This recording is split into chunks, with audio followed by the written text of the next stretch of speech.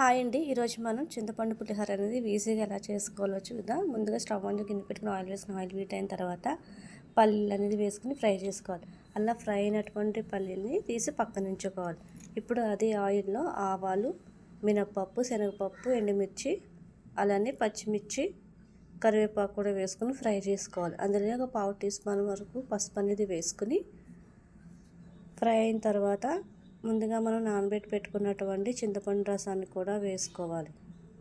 చింతపండు రసం అనేది దగ్గరికి చిక్కగా అయ్యేంత వరకు ఫ్రై చేసుకుని అలా ఫ్రై అయినటువంటి చింతపండు పులుసులో ఇప్పుడు మనం ముందుగా చల్లారబెట్టుకున్నటువంటి అన్నాన్ని కూడా వేసుకుని మొత్తం కలిసేంత వరకు కలుపుకోవాలి. అలా కలుపుకున్నటువంటి పులిహోరలో ఇప్పుడు రుచికి సరిపోయినంత ఉప్పు అనేది వేసుకొని మొత్తం కలిసేంత వరకు కలుపుకొని ముందుగా మనం ఫ్రై చేసుకుని పెట్టుకున్న పల్లీలు కూడా వేసుకుంటే మనకి చింతపండు పులిహోర అనేది రెడీ అవుతుంది.